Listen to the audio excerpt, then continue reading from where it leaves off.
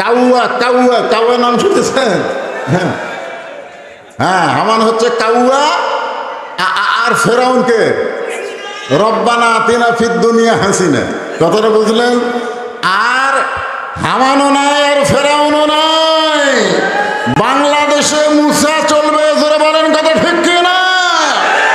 এই 90% মুসলমানের দেশে আর কোনো কালফিট আর কোনো স্বৈরাচার যেন আসতে না পারে, এ ব্যাপারে আমাদের সজাগ থাকার দরকার আছে না নাই? আল্লাহ পাক আমাদের জীবন দেওয়ার বিনিময়ে যে স্বাধীনতা আমরা পেয়েছি, দেখেন প্রথম জীবন দিল কে? আবু সাইদ, আমাদেরই পার্শ্ববর্তী রংপুরের প্রথম। আপনারা জানেন এই স্বৈরাচারকে হটানোর জন্য রক্তের দরকার ছিল। আজকে ছাত্র জনতা সেই রক্ত দিয়েছে, সে রক্তের বিনিময়ে আজকে আমরা স্বাধীন বাংলাদেশ পেয়েছি। বিশ্বাস করেন, আর কোরআনের মাহফিলের জন্য কোনো অনুমতি দরকার হবে? আর থানায় দেওয়া লাগবে? আর অনুমতির দরকার হবে না। আলহামদুলিল্লাহ বলেন। যে কথা বলতেছিলাম, লিয়াবলুয়াকুম আইয়ুকুম আহসানু আমালান ওয়াহুয়াল আজিজুল গফুর।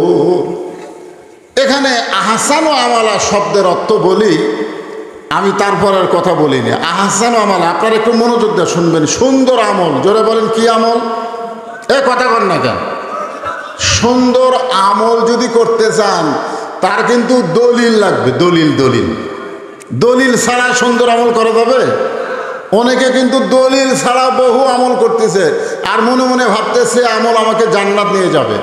সুন্দর আমল করতে গেলে যেই দলিলটা লাগবে সেই দলিল হলো মা তাকুমুর রাসূলু ফাখুযুহু ওয়া মা নাহাকুম আনহু ফান্তাহু। আল্লাহ রাসূল যেটা করেছেন সেটা করা লাগবে, নবী যেটা নিষেধ করেছেন সেটা করা যাবে। জোরে কান যাবে নাকি? নবী করে নাই আর আপনি মনে করতেছেন এই আমল করে আপনি জান্নাতে যাবেন, এটা কখনোই সম্ভব না। আমার নবী কি করেছেন? 13 বছর মক্কায় কলেমার দাওয়াত দিয়েছেন, গভীর রাত্রে মক্কা ছেড়ে মদিনায় হিজরত করেছেন। আর হিজরত করার পরে সর্বপ্রথম একটা ঘর তৈরি করলেন। সেই ঘরটা হলো একটা মসজিদ, যেই মসজিদের নাম হলো মসজিদে কোবা। জোরে বলেন নাম কি? মসজিদে কোবা। যারা হজ করেছেন তারা জানেন মদিনার প্রথম মসজিদে কোবায় কেউ যদি 2 রাকাত নফল নামাজ পড়ে, আল্লাহ খুশি হয়ে তার আমল নামায় একটা ওমরা হজের সওয়াব দিয়ে দেয়। মদিনায় যাওয়ার পরে নবী কি করলেন? মসজিদ নববী তৈরি করলেন, মদিনাকে একটা রাষ্ট্র করলেন, মদিনা একটা রাষ্ট্র ঘোষণা করলেন।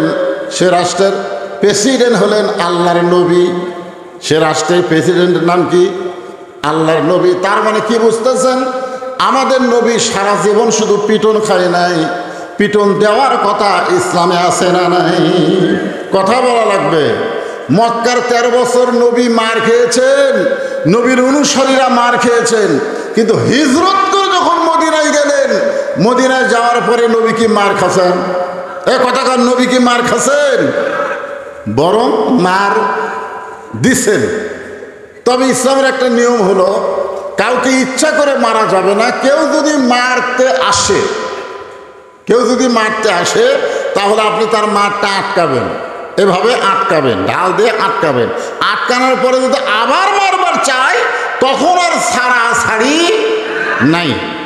খুব খেয়াল করেন, আল্লাহ তাআলা কোরআনের আয়াত নাজিল করলেন, ইয়া আইয়ুহান নাবিয়্যু হারজিল মুমিনিনা আলাল কিতাল। ওগো নবী, মক্কা থেকে মদিনায় হিজরত করে আমি কিন্তু আলোচনা করতেছি আইয়ুকুম আহসানু আমালা, সুন্দর আমলের কথা বলতেছি। যে আপনি মক্কা থেকে মদিনায় হিজরত করে নামাজ পড়বেন, রোজা করবেন, চলবে না। কারণ যে কোনো সময় মক্কার কাফেরেরা মদিনা আক্রমণ করতে পারে। আর মদিনা যখন আক্রমণ করবে আপনি নামাজ দিয়া রোজা দিয়া মদিনা রক্ষা করতে পারবেন না, বরং কাফের বেঈমানদের বিরুদ্ধে অস্ত্র ধরা লাগবে। এই হুকুম কার? কথা কন না কেন? তাহলে দীর্ঘ 15 বছর হাসিনা যে অকাম করছে, হাসিনা যে অকাম করছে, আমরা কোনো অস্ত্র ধরছি? কতক্ষণ অস্ত্র ধরছি? একেবারে নিরুপায় হয়ে প্রথম অস্ত্রের সামনে, গুলির সামনে আবু সাইদ এভাবে দুইখানা হাত বাড়ায় দিলেন, মার মার। কারণ আমাদের অস্ত্র নাই, আমাদের ঈমান আছে, আমাদের জীবন আছে। ধরে কোন কথা ঠিক কিনা? আবু সাইদ যখন বললেন মার, এরপরে যখন গুলি মারলো, তখন বাংলার যুবকেরা দেখলো যে অন্যায়ভাবে আবু সাইদকে হত্যা করা হলো, আমরাও জীবন দিব, অন্যায়ের সঙ্গে আপোষ করব না।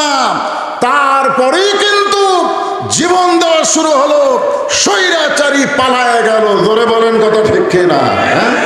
এই জন্য আল্লাহ তাআলা বলেছেন, ইয়া আইয়ুহান নাবিয়্যু হারজিল মুমিনিনা আলাল কিতাল।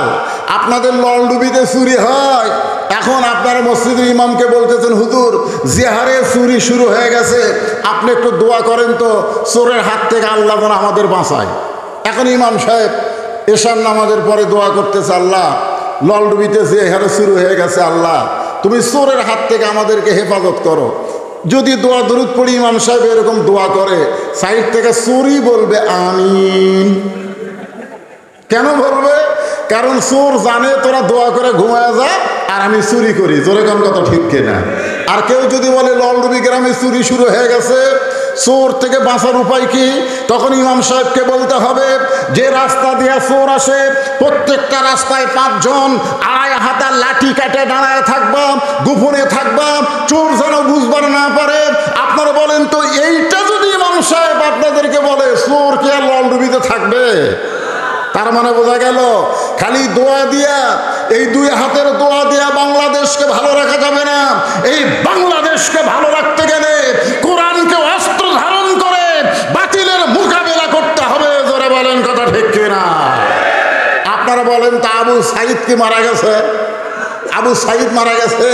আপনাকে এলাকার কত ছেলে মারা গেছে, ওর কবরে কুত্তে পেশাব করে। জোরে কথা বল না কেন? কথা বল না কেন? আর আবু সাইদের কবর খালি ঘেরা।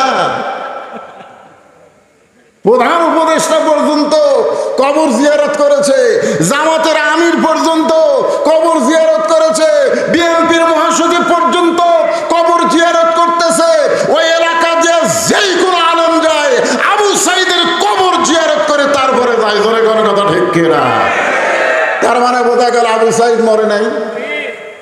আল্লাহ কোরআনে বলেন, ওয়ালা তাকুলু লিমান ইউকতালু ফি সাবিলিল্লাহি আমওয়াতুন বাল আহইয়াউ ওয়ালাকিন লা তাশউরুন।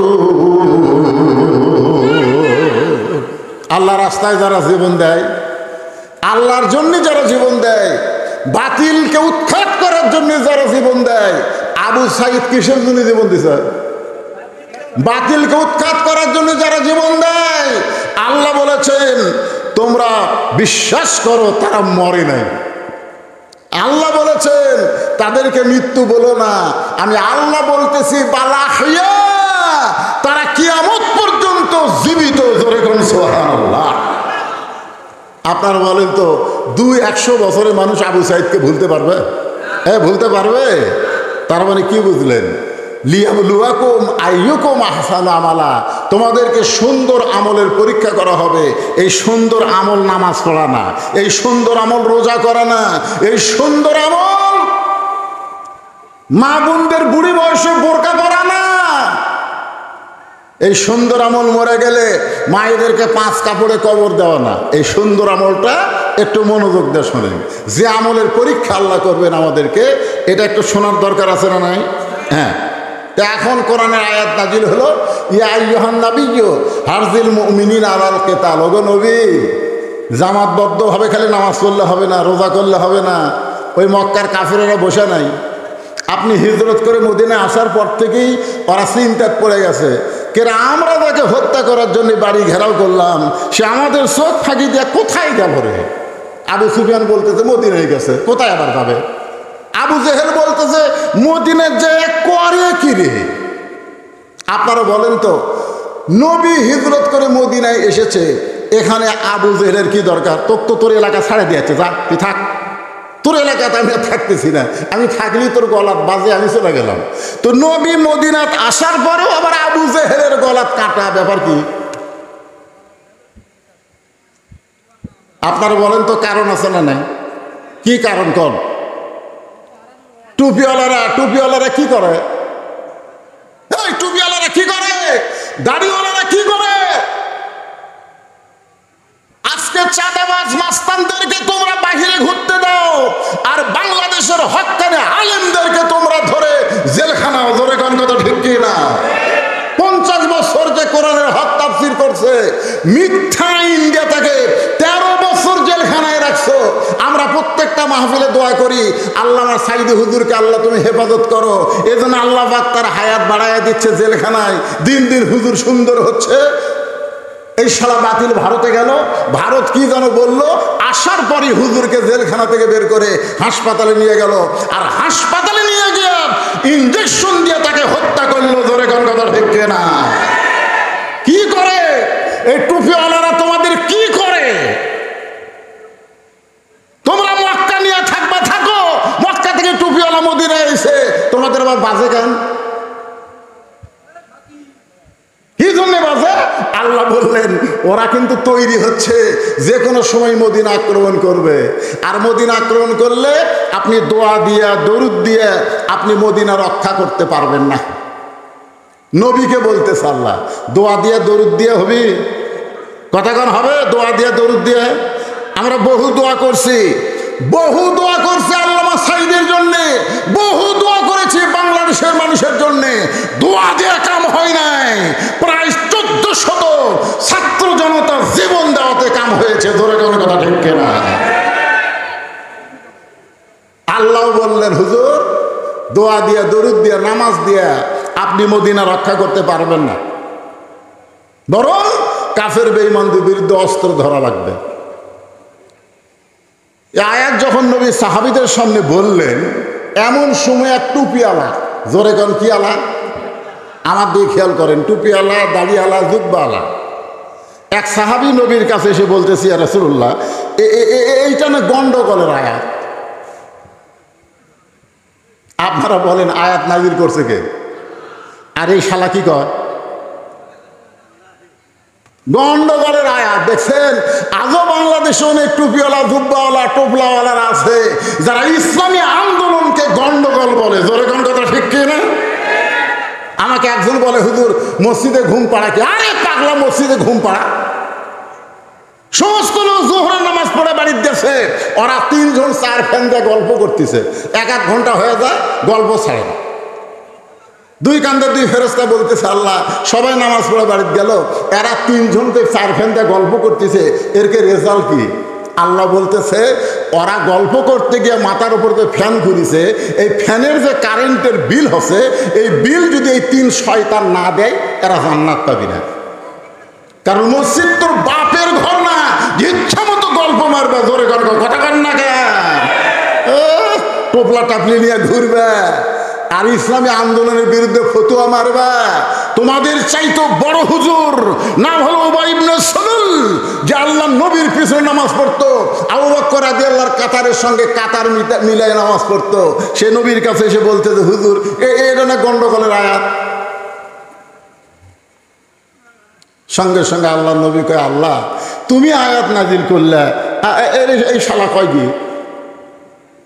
সঙ্গে সঙ্গে আল্লাহ তাআলা আবার আয়াত নাজিল করলেন, ওয়ামিনান নাসি মান ইয়াকুলু আমান্না বিল্লাহি ওয়া বিল ইয়াউমিল আখিরি ওয়া মা হুম বিমুমিনিন।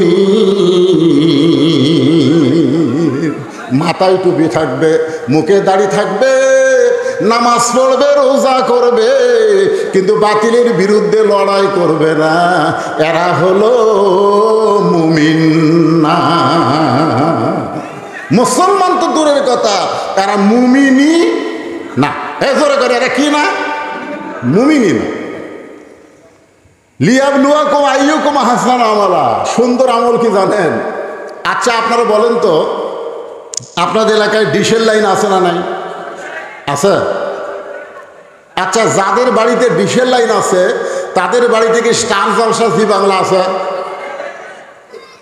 সুন্দর আমল হচ্ছে কি জানেন, যেই ভারত আমাদের 400 বছরের পুরাতন বাবরি মসজিদ ভাঙ্গে, কত বছর? 400 বছরের পুরাতন বাবরি মসজিদ ভাঙ্গা ওই জায়গায় রাম মন্দির বানালো। আপনারা বলেন তো, ভারতে কি রাম মন্দির বানানোর জায়গা নাই? ফাঁকা জায়গা আছে না নাই? তো ফাঁকা জায়গায় রাম মন্দির না বানায় মসজিদ ভাঙ্গা ওই জায়গায় রাম মন্দির বানালো। সেই ভারতের স্টার জলসা জি বাংলা যে ঘরে চলবে, এই ঘরের মানুষেরা কোনোদিন ভালো আমল করতে পারবে না। ধরে গণ্যতা ঠিক কিনা? ভালো আমল, আইয়ুকুম আহসানু আমালা, যদি সুন্দর আমল করতে চান তাহলে আপনার বউকে বুঝান, মান তাশাব্বাহা বিকওমিন ফাহুয়া মিনহুম, যে জাতকে যে অনুসরণ করবে ওই জাতের সঙ্গেই তার হাসর হবে। মুসলমানের ঘরে ভারতের কোনো চ্যানেল চলবে? আজকে ভারতের এক নেতা কি ভাষণ দিতে জানেন? বাংলাদেশকে ভাঙ্গা নাকি টুকরা টুকরা করবে। ভারত বলতেছে শেখ মুজিবুর রহমান আর তার মেয়ে হাসিনা হলো আমাদের কলজা, আর সেই কলজাকে বাংলাদেশ থেকে পলে আসা লাগছে ভারতে। এই বাংলাদেশ ভাঙ্গা আমরা টুকরা টুকরা করব। যেই ভারত আমাদের বাংলাদেশকে টুকরা টুকরা করতে চায়, আমরা বলে দিতে যাচ্ছি ভারতই ভাঙ্গা টুকরা টুকরা হয়ে যাবে। জোরে করে কথা বলবে না?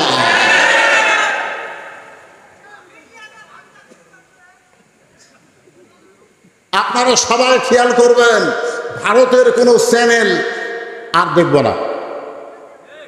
কথা কয় না? বউ যদি দেখে, আমার মায়েরা বোনেরা পর্দার অন্তরালে যারা বসে আছেন, মা আপনাদেরকে ফাতেমার মতন চরিত্র গ্রহণ করা লাগবে।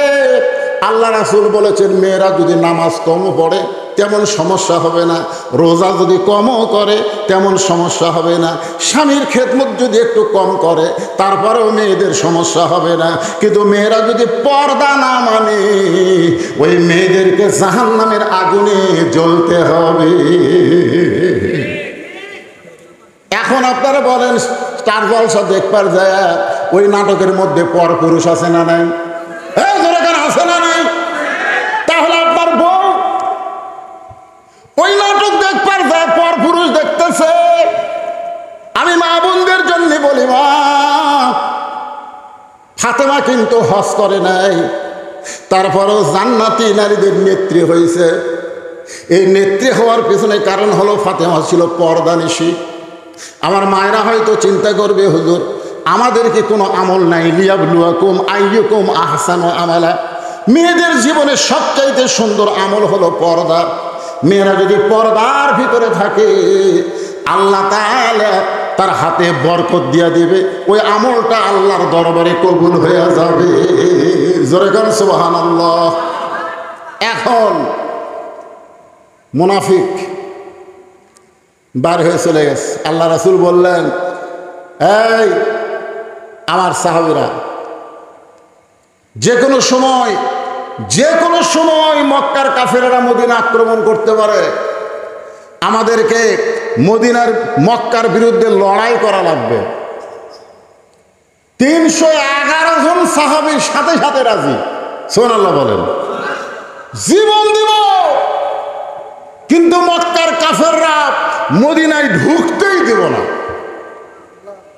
কতজন? 311 জন।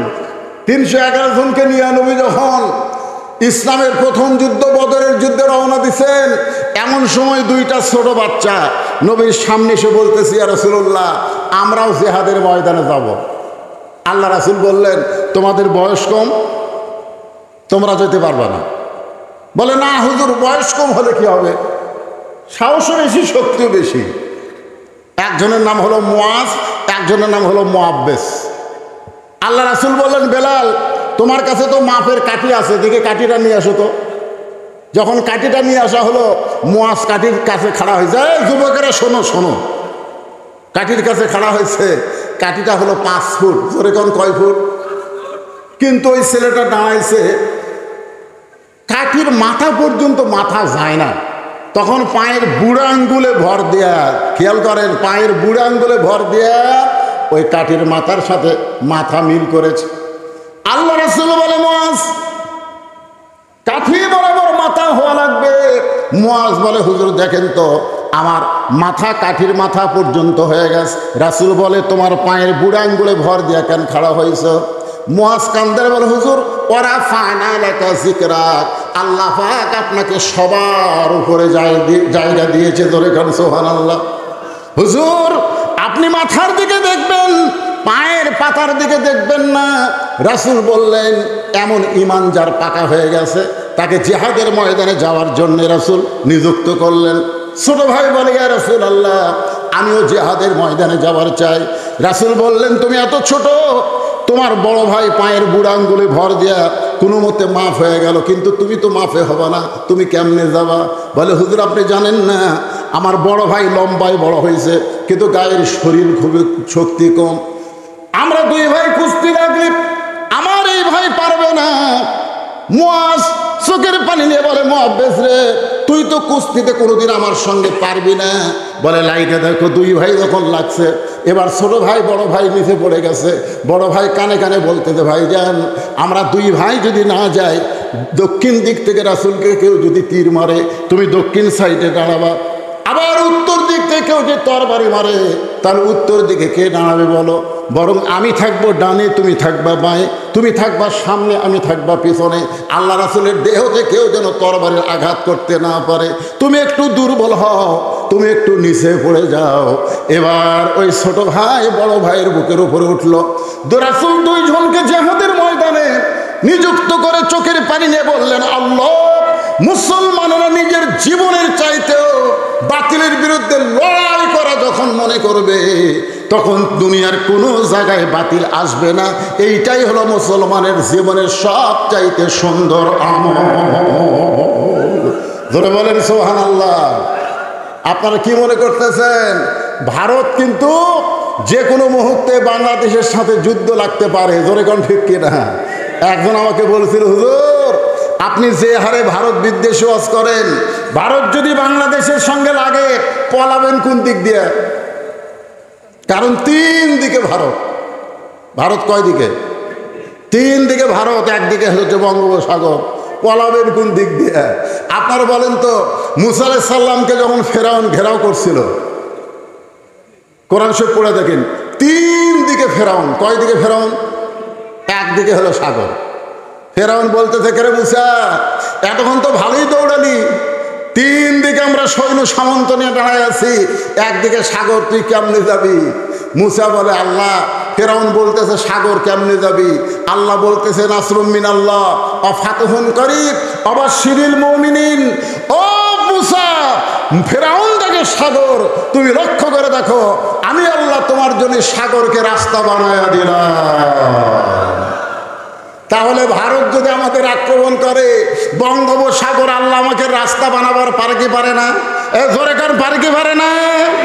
রাস্তা মনে করে যখন ফেরাউনের দল বললে নামছিল, তখন ফেরাউনের অবস্থা কি?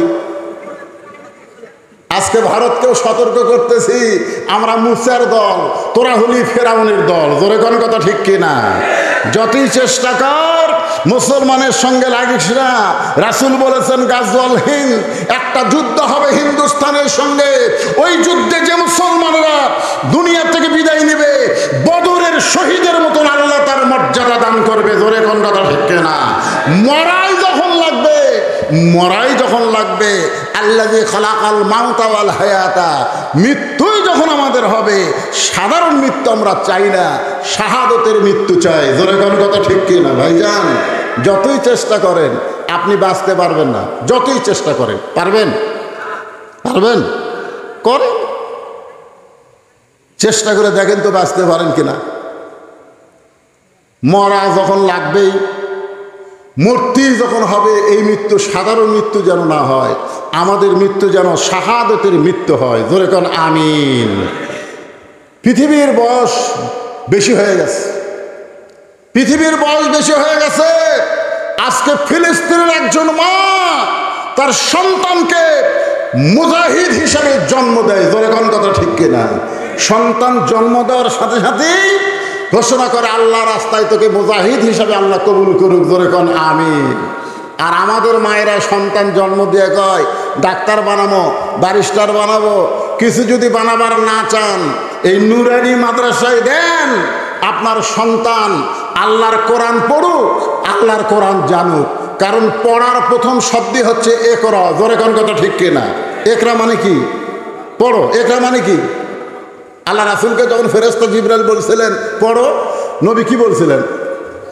পড়বো না। ফেরেশতা জিবরাইল বললেন পড়েন, আল্লাহ রাসূল বললেন পড়বো না। ফেরেশতা জিবরাইল বললেন হুজুর আপনি কেন পড়বেন না?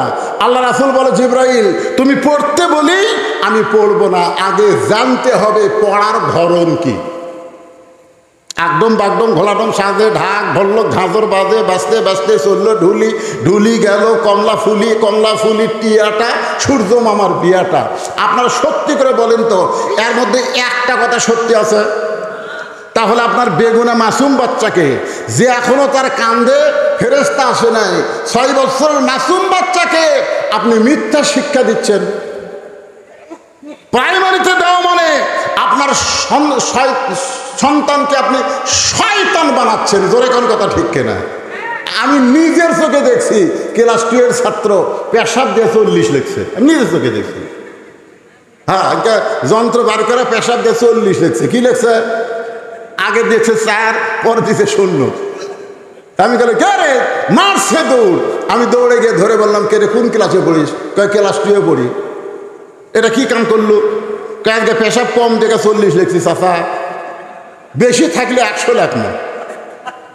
আমি বললাম কে রে পাগলা, কেমনে পেশাব করা লাগে তোর স্যার তোকে শিখাইনি?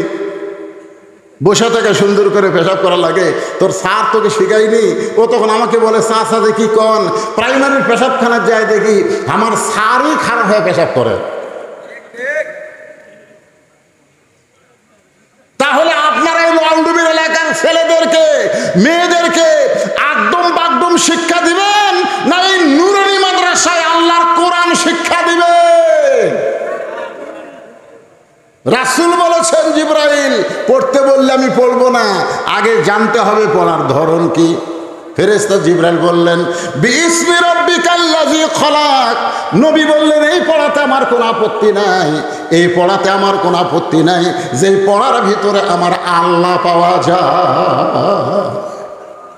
এটা কি মাদ্রাসা ভাই? এটা কি মাদ্রাসা? কে রে মাদ্রাসার কেউ নাই?